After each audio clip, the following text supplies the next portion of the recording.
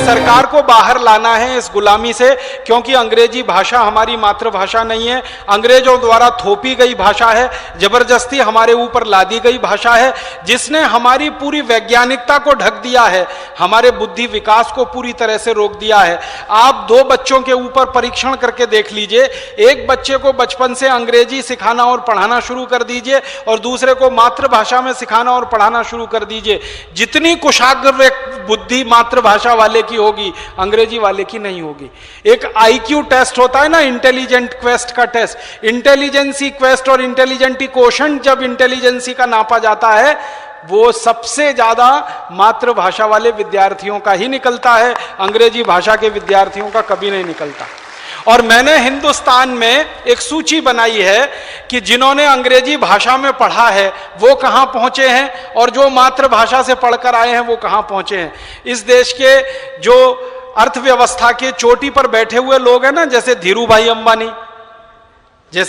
अंबानी, बिरला परिवार, नुस्लीवाडिया परिवार, ऐसे 72 परिवार हैं इस देश में। इन 72 परिवारों में से 3 को छोड़कर 69 परिवारों के शीर्ष पर जो लोग बैठे हुए हैं वो सब मातृभाषा के पढ़े हुए लोग हैं। कोई गुजराती में पढ़ा है, कोई तमिल में पढ़ा है, कोई तेलुगु में पढ़ा है, कोई कन्नड़ में पढ़ा है, कोई हिंदी में पढ़ा है, कोई पंजाबी गुरुमुखी में पढ़ा है और शीर्ष पर पहुंचा है। और आपको सुनकर हंसी आएगी कि अंग्रेजी भाषा में जो पढ़े हुए लोग हैं वो इन मातृभाषा वालों के नीचे 10-10 हजार रुपये की नौकरी कर रहे हैं, 15-15 हजार रुपये के नौकर हैं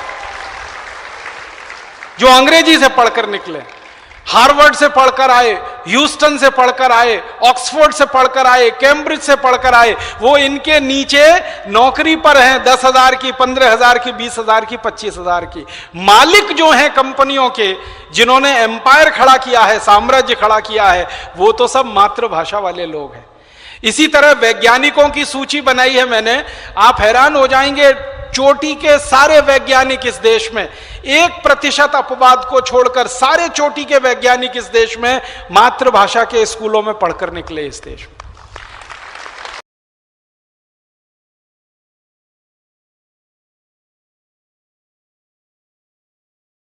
और मैं आपको एक बात बताना चाहता हूं जो आप खुद महसूस कर सकते, देख सकते। अंग्रेजी भाषा के जो स्कूल चलते हैं ना,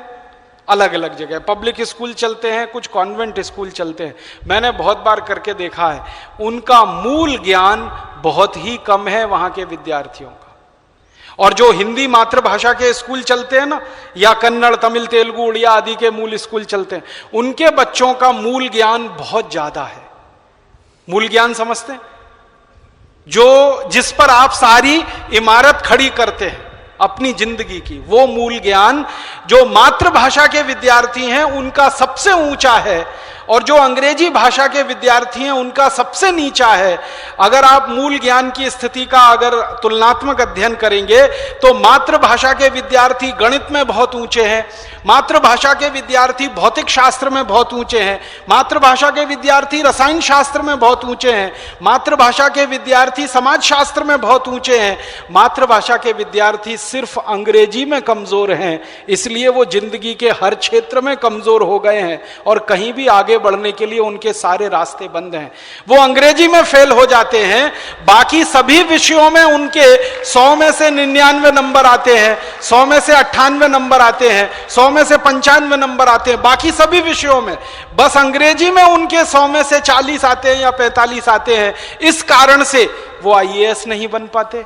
सिविल सर्विसेज में नहीं जा पाते, वो IPS नहीं बन पाते, सिविल सर्विसेज में नहीं जा पाते, वो ICS IFS नहीं बन पाते, IRS नहीं बन पाते, ऑल इंडिया सर्विसेज में, ऑल इंडिया कैडर में नहीं जा पाते। कितना बड़ा उनके साथ अन्याय हो रहा है आप सोचिए। मूल विषय का सारा ज्ञान उनको है, बस एक भाषा का ज्ञान उनको नहीं है, और वो भी ऐसी भाषा जो विदेशी भाषा है उसमें उनको ज्ञान नहीं है, तो उनको सबको पीछे रह जाना पड़ता है। और जिनको सिर्फ विदेशी भाषा आती है और विषय का ज्ञान कुछ खास नहीं होता है, वो सब उच्च पदों पर पहुंच जाते हैं। और इसी कारण से देश की व्यवस्थाओं को ठीक तरह से चला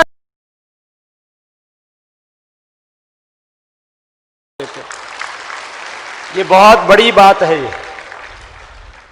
विदेश में रहने वाला चपरासी ड्राइवर झाड़ू लगाने वाला, लैट्रिन साफ करने वाला भी अंग्रेजी जानता है, तो अंग्रेजी जानने से वो बड़ा नहीं हो जाता, वो झाड़ू लगाता है, वो लैट्रिन ही साफ करता है।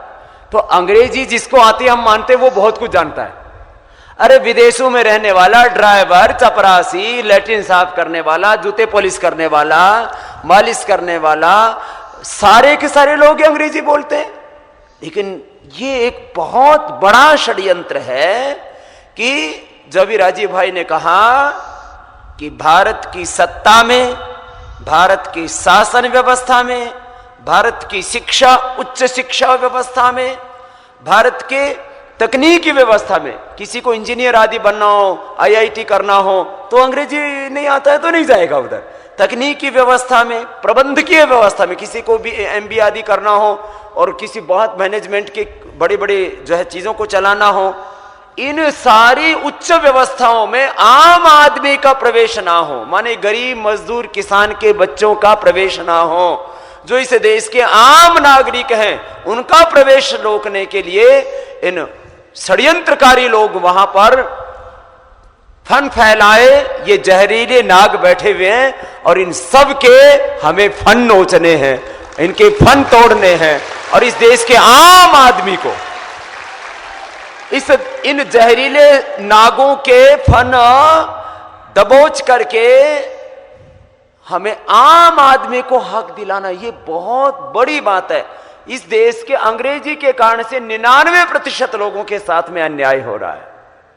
और ये बात हमें इस देश के लोगों को समझानी है।